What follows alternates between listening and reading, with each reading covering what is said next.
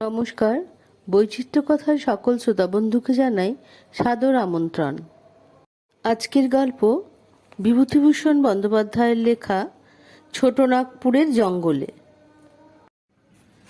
শহর বা তীর্থের জাঁকজমক গোলমাল আর ভালো লাগে না। আমি চিরদিন নির্জন ভালোবাসি, তাই পাহাড়, নদী, বন, জঙ্গল দেখে বেড়াই। বনে জঙ্গলে ভগবানের সৃষ্টির কি সৌন্দর্যই না দেখি। 1949 সালের নভেম্বর মাস। আমি তখন ঘাটশিলায়। ছোটনাগপুরের জঙ্গল দেখার স্বাদ হলো। মিস্টার সর্দার সিংও রাজি হলেন। আর দেরি নয়, দুজনে বেলা 3টার ট্রেনে ঘাটশিলা ছেড়ে চক্রধরপুরে এলুম। রেস্তোরাঁয় চা খেয়ে দুজনে চললুম হরদয়াল সিংয়ের বাড়ি। সেখানে রাত্রে খাওয়া দাওয়া সেরে রেস্তোরাঁতে গিয়ে দুজনে রাত্রি যাপন। সকালে হরদয়াল সিংয়ের বাড়ি থেকে এলো ক্ষেত থেকে সদ্য তোলা মূলো।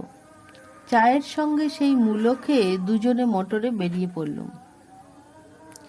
ভগবানের অসীম দয়া, তাই এমন সব বন্ধু পেয়েছি, না হলে এমন আরামে আমাকে জঙ্গলে নিয়ে যেত কে? এলুম চাইবাসায়।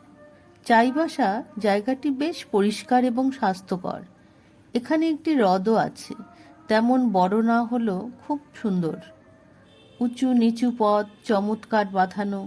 পথের একদিকে পাহাড়ের শ্রেণী, আর একদিকে টানা জঙ্গল, সরকারি ফরেস্ট। এ জঙ্গলে ছোটখাটো জীবজন্তু আছে, তবে সঞ্জয় নদী, নদীর উপর প্রকাণ্ড পুল। পার হয়ে জঙ্গলের পথে 16 মাইল আসার পর সলাই বাংলো।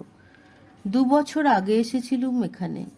বাবলুর মা রান্না করে খাইয়েছিলেন, সে কথা মনে পড়ল।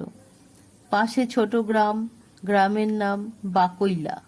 বাকইলায় সপ্তাহ দুদিন হাট বসে, নানা জিনিস বিক্রি হয়। এ হাটে বাবলুর মা একখানি চাদর কিনেছিল, এখানকার তৈরি চাদর। জঙ্গলের দৃশ্য এখানে অদ্ভুত, অপরূপ সৌন্দর্য। নিস্তব্ধ বনভূমি যেন সৌন্দর্যের পসরা উন্মুক্ত করে রেখেছে, যাকে বলে ভীমকান্তি দৃশ্য। বাকইলায় পৌঁছলুম বেলা তখন 1টা। ইন্সপেকশনে বাংলো আছে, সেখানে উঠলুম। সঙ্গে খাবার দাবার ছিল। খেয়ে বিশ্রাম করে মিস্টার সিংয়ের সঙ্গে বেরুলুম জঙ্গল দেখতে। বহু দূর চলে গেলুম।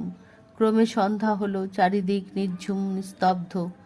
আকাশে এক্ষুনি চাঁদ, গাছপালার আড়ালে কোথায় লুকিয়ে আছে দেখা যাচ্ছে না। পৃথিবীর মাথার উপর আকাশ যেন নীল চাঁদোয়া খাটিয়ে দিয়েছে। আকাশের গায়ে অপূর্ব নক্ষত্র শ্রেণী। মনে হচ্ছিল যেন আকাশে দেওয়ালির দ্বীপ জ্বলছে জলজল করে। অপূর্ব আনন্দ উপলব্ধি করেছিলুম।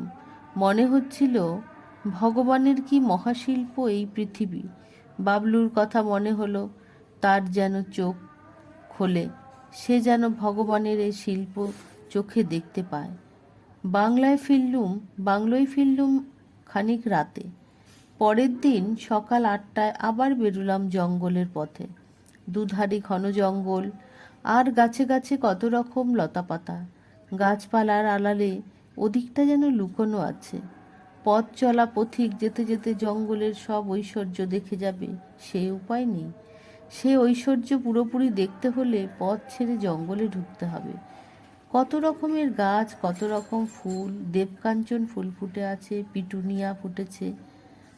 নভেম্বর মাস, বুনো বাঁশ গাছ প্রচুর। দেখতে দেখতে কুড়ো নদীর ধারে এসে বসলুম। এখান থেকে 7 মাইল দূরে স্টেশন। খানিকক্ষণ বসার পর মোটরে চড়ে খাজুরিয়া হয়ে একটা গ্রামে এলুম। গ্রামে হোদের বাস, সকলেই খ্রিস্টান। মেয়েদের মাথায় লাল ফিতা বাঁধা, সকলেই কাজকর্ম করছে। একজন পাদ্রী আছেন, নাম তার ধনকুমার হো। তার সঙ্গে আলাপ করার পর বাংলোয় ফিরলুম বেলা তখন 1টা। স্নানাহার সেরে শুয়ে পড়লুম, শোবামাত্র নিদ্রা। ঘুম ভাঙলে উঠে দেখি বেলা পড়ে এসেছে। বারান্দায় বেরিয়ে এলুম। বারান্দায় সামান্য রোদ পড়েছে। সামনে পাহাড়ের শ্রেণী, সেসব পাহাড়ের গায়ে রাঙা রোদ। বসে বই পড়তে লাগলুম, রেজার্স এজ। পড়তে পড়তে সন্ধ্যার অন্ধকার ঘনিয়ে চারিদিক বেশ ঠান্ডা হয়ে এলো। তখন ঘরে এলুম। ঘরে আগুন জ্বালা হয়েছে। আগুনের পাশে বসে আবার বই পড়া, প্রেমচাঁদের গল্পের বই। বই শেষ করে খাওয়া দাওয়া। তারপর অনেক রাত্রে ঘরের বাইরে বারান্দায় এসে দেখি বনের কি শোভা। আকাশে অসংখ্য তারা জ্বলজ্বল করছে। তারার ঝিকিমিকি আলোয় নিস্তব্ধ বনভূমি দেখাচ্ছে যেন স্বপ্ন দিয়ে ঘেরা। আর কোনো কথা নয়, মন কেবলই বলে ভগবানের কি অপূর্ব সৃষ্টি।